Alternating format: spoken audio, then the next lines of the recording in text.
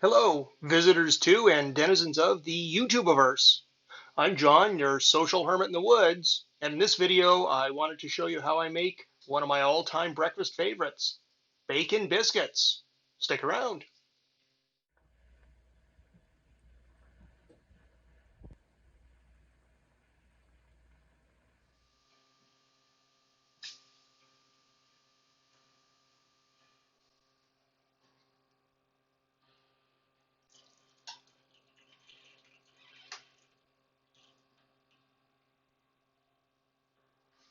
So after you've fried up this current small batch of bacon, you want to get it nice and crispy. Let it cool for a little bit, and then what you're going to do is you're going to try to crumble that into little pieces. So with no further ado, let's crumble that up.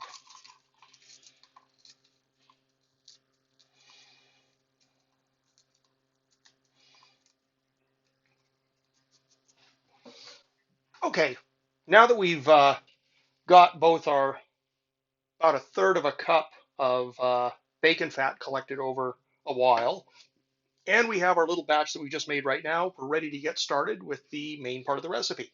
So it's pretty straightforward. Let's get to it.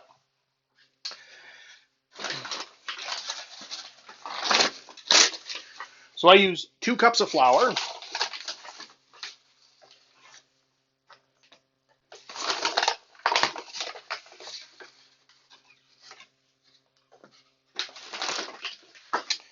and add to that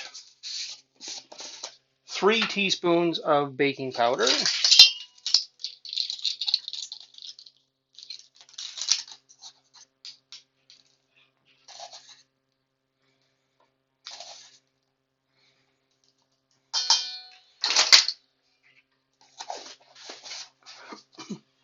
and 1 teaspoon of salt.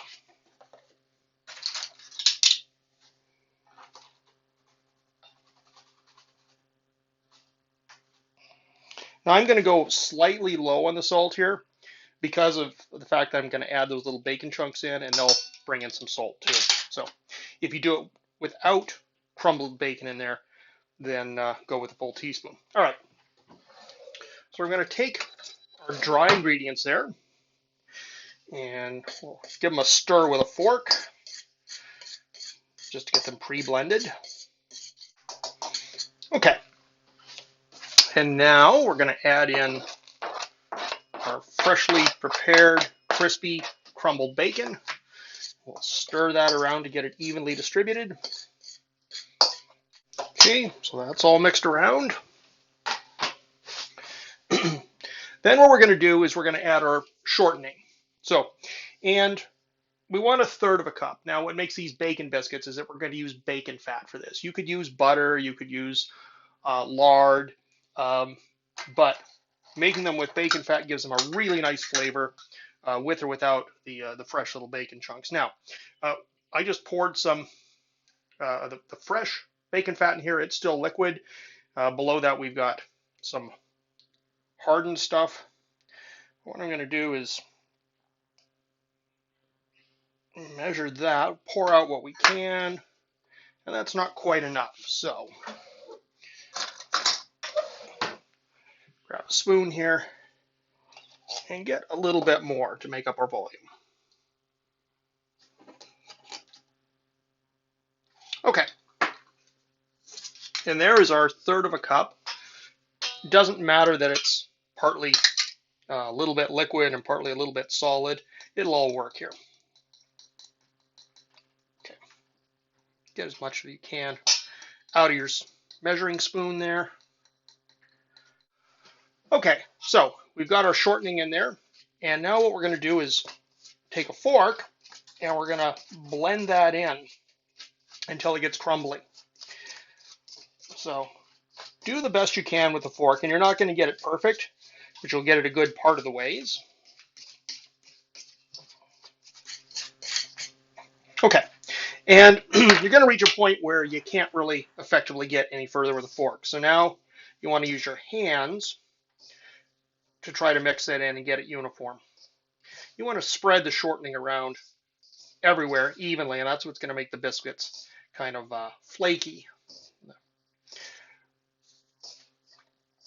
Okay. Okay, that's pretty good and uniform. And now our last ingredient is going to be 3/4 of a cup of milk. Now, because I only go to the grocery store about once a month, I tend to use canned milk. So we're going to do that half and half with water. So I'm going to eyeball about that much condensed milk.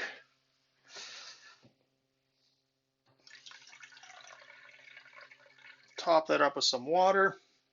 Okay, and now, and we're going to mix that in. Go back to the fork. And let's see how that texture comes out. So it should stick together, but not be too sticky on the surface and not too dry. And that seems kind of like a vague description. It is, but if you try it a couple of times, you'll see what I mean. Okay, and just like the prior step, you can only get so far with the fork. Once you get that to where it's more or less coming together, go ahead and get your hands in there. Get little crumbly bits there, you kind of work those in. Yeah, and that seems pretty good. The texture's just about right. Okay, you don't work this too much. You don't really need this the way you do bread. You just kind of work it together into a lump. Okay, set that aside for a second while I clear up some space here. Okay. Now what we want to do is turn that out onto a lightly floured surface. I like using these plastic worksheets. Keep the table neat. Okay. Scrape up the last of our dough out of the bowl. Now I start by squishing this out by hand to about the size and shape, the thickness you want. You want it to be about, I'd say, 1.5 centimeters, 3/4 of an inch thickness.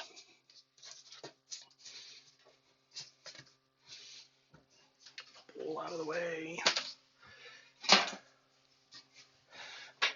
About this point, you should probably turn your oven on to 450 Fahrenheit. Okay, now, if you want a little bit fancier, you can use a pastry roller or a standard bread rolling pin to even that out a little bit.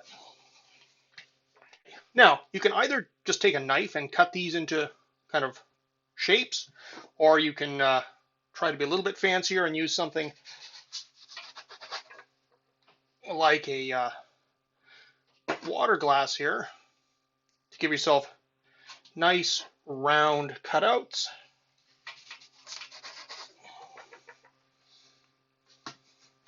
And you transfer those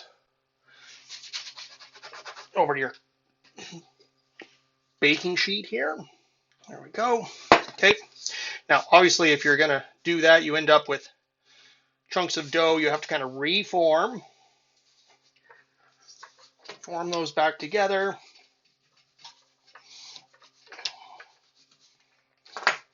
And again,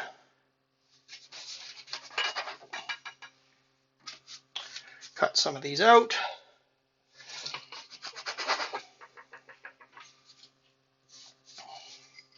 Okay, and now by this point, I'm going to give up and just kind of start going hand forming. Like 3 more here. And I'm just going to do this by hand. I'm going to form into balls to get them sort of uniform texture. And then I'm just going to hand flatten them down to about the size and shape I want. And actually, that works surprisingly well. So you can do all of them that way if you don't want to fuss around with using a cutter. That one's a little small, but it'll still be tasty. There we go. So we have all of those, and now we're going to pop those in the oven. So the oven is preheated to 450, and we're going to put those in there for around something between, let's say, 12 to 15 minutes, depending a little bit on your oven and how thick those are and how toasty you like them. So take a look at around 12 minutes, and if they're not done, give them another minute or two. We'll come back and check.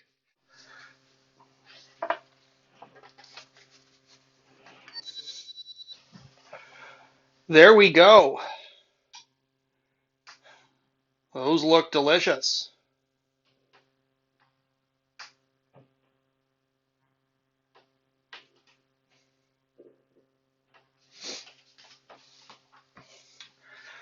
Okay, well, as they say, the proof is in the pudding, so, ouch, hot. Flake one of those open. You can see how it all flakes open nicely, steam coming off it. And just to make this super healthy, we're going to add a little bit more butter on it there. Ooh, smells good. Fresh biscuits and hot coffee and juice. Makes for a pretty good breakfast. Mm.